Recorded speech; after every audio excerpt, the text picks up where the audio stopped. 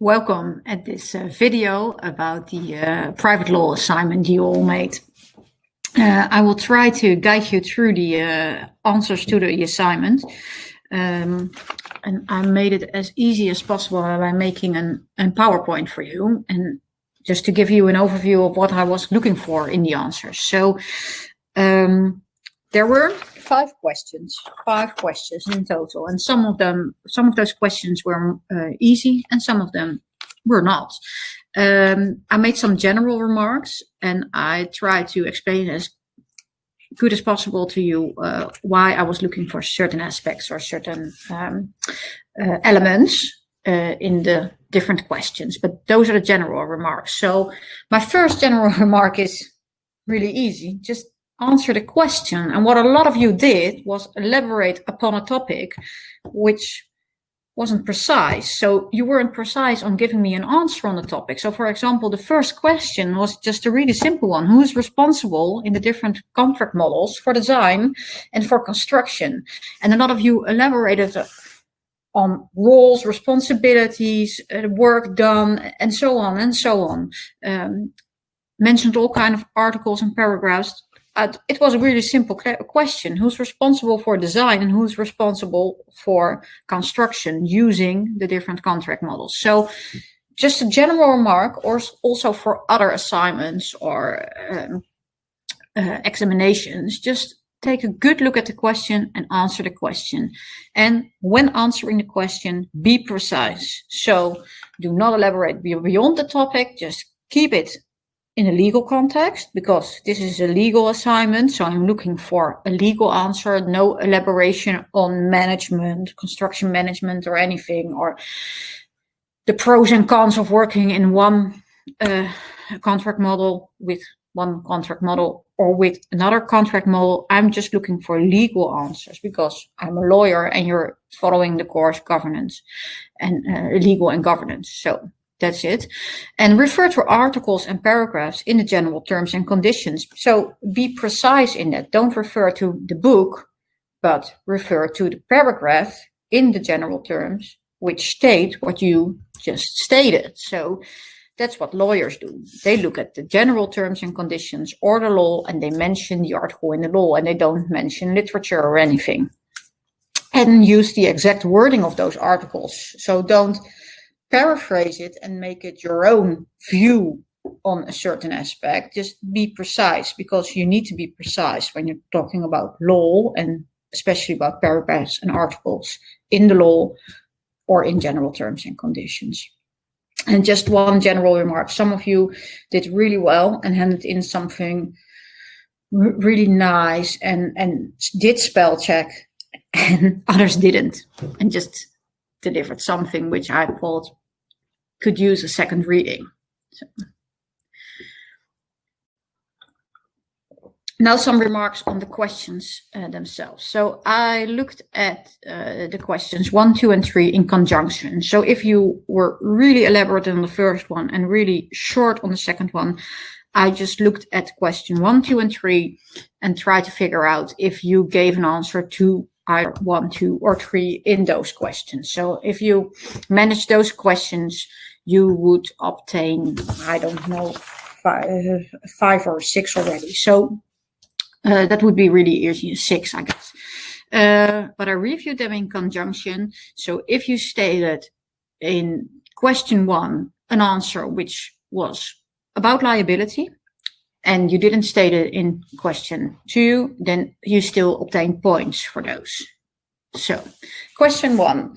This is the example of answer the question. It was a really simple question. So I'm looking for responsibility for design and responsibility for execution. And you needed to answer this for the 3 contract models. So the UAC, the UAC-IC, and the new rules. And this was in the question, and still a lot of you just didn't mention, for example, the new rules or UAC-IC. So you're losing points. And if you were nuanced in your answers about responsibility for execution and for design, so you could mention the principle of who decides pays, then you got extra points. But just a simple answer would be enough already here. A lot of you were very elaborate on question 1 and did also mention the answers to question 2 and question 1. So I just gave them full points for 1 and 2.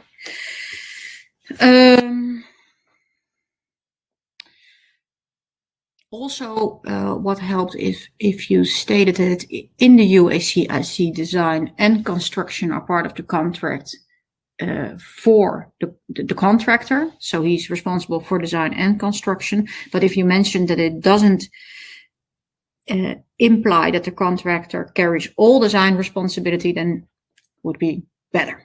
Okay. This is question 2. So what does the responsibility for design and construction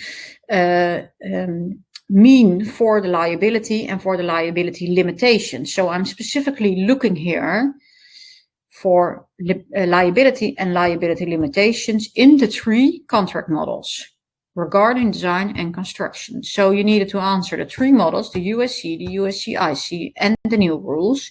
And you needed to be precise, again, to mention relevant articles and paragraphs. And what I was looking for in the UAC was paragraph 5, sub 2. So the client is responsible for methods and instructions prescribed by him. But no matter if you didn't mention this one, it's not a problem. As long as you mentioned the defects liability period and especially important paragraph 12 sub 2 about liability after completion, because that's really important. And that also states who is responsible for which faults, and it is a liability limitation. And that's what I specifically asked for in question 2. What does it mean? The different contract models, the responsibility for design and construction for liability and liability limitations. So then I'm looking for paragraph 12 if I'm asking about liability limitations. And the same goes for the UAC-IC. A starting point would be paragraph 4 sub 1 and 3 about compliance with requirements stated by the client. And that the construction needed to be in accordance with normal requirements as stated in sub 3, which I also mentioned at the first bullet. So, and if you mentioned special requirements would also be very nice, but I was specifically looking for liability and liability limitations after completion. It is stated in paragraph 28. So you needed to mention paragraph 28 and you needed to mention the article and mention the 3 requirements for the limitations. So a lot of you did mention the requirements, but did not mention paragraph 28. So you did get points, but not the full amount. Okay, and if you mentioned sub 3, the liability limitation of 10% after completion, then you would also obtain points. But again, this is an example about being precise and mentioning articles and paragraphs. And then the new rules. A lot of you did this in the right way. So you mentioned the imputable failure and the being in default by the designer and the notice he got sent. So those are elements I needed to see in article 1 from the new rules. Would be nice if you mentioned them, but I was specifically looking for the imputable failure. And I was also looking for the liability limitations stated in the new rules, because that was one of the questions in question 2. So I was looking for types of damages and the ceiling amount in damages. So article 14 and article 15. If you didn't mention 14 and 15, you got a deduction of the points.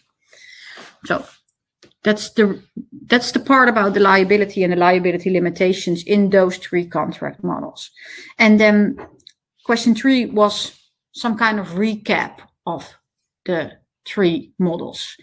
And if you didn't mention anything really stupid, then you just obtain points for this question. So I again assess them in conjunction with the previous ones. And if you mentioned roles and responsibilities and liabilities and the differences between the models and the differences therefore in roles and responsibilities and liabilities and supervision and quality assurance. So supervision by using the traditional model and quality assurance by using the integrated model. And If you used those words, then you got more points. But this was just to get a general sense if you would understand the differences in the models. And again, I looked them up in conjunction with question 1 and question 2. And a lot of you mentioned the backseat approach by using the design and build model. So extra points, it's a different role, different form of supervision or quality assurance in this case. Okay. So and this was question 4, which was actually really easy to find in your book, because this is about the early contractor involvement model and the responsibility and liability in this model.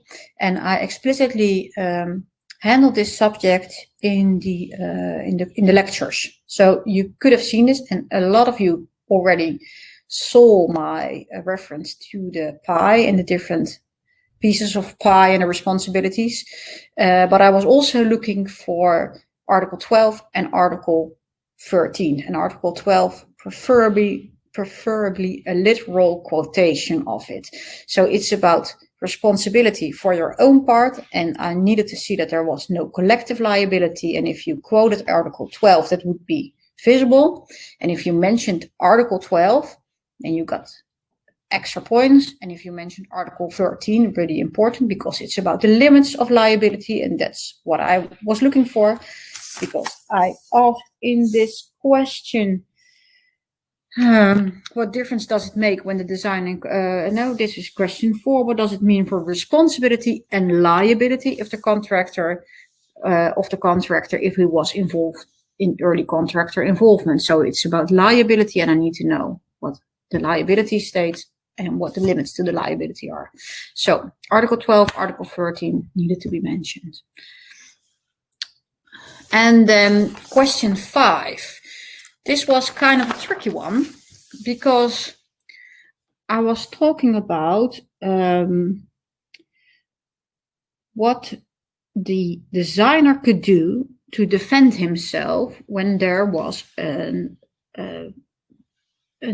design failure.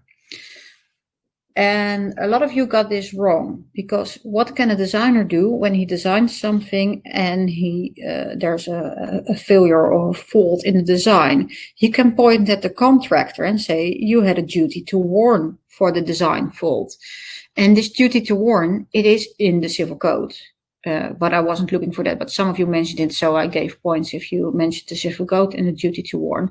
But it's also in the UAC and the UAC-IC, and a lot of you forgot the UAC-IC, because then somehow they got the feeling that there's no design responsibility for a designer when you're using the UAC-IC, while I specifically stated in the lectures that there's a vast difference in the way in which you can use a UAC-IC, and that you can transfer design responsibility or have a designer using a UAC-IC who makes a preliminary design or something. That was the part where I started losing control of the word preliminary.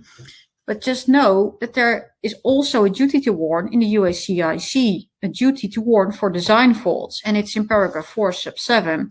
And a lot of you forgot this. It gave me really a good insight in if you grasped the context of the different models. Most of you did mention the UAC if you came to the duty to warn, because a lot of you didn't realize that there was a duty to warn on the side of the contractor. So you needed to mention both models, UAC and the UAC-IC, and you needed to mention the specific paragraphs. And if you made a quotation, that would be really super. So, and this question was for 20 points. So if you didn't get the UAC-IC, then it's, but only the UAC, and you did mention a paragraph, then it was 10 points. So I hope this makes it a bit more clear for you what I was looking for in the different answers to the assignment, and which elements I was using, I was looking for. So I hope this helps, and if you have any questions, you can just send me an email if you want me to elaborate a bit more on some answers, but don't make it too long because then it would be really a lot of emails. So, okay, thank you very much. That's it.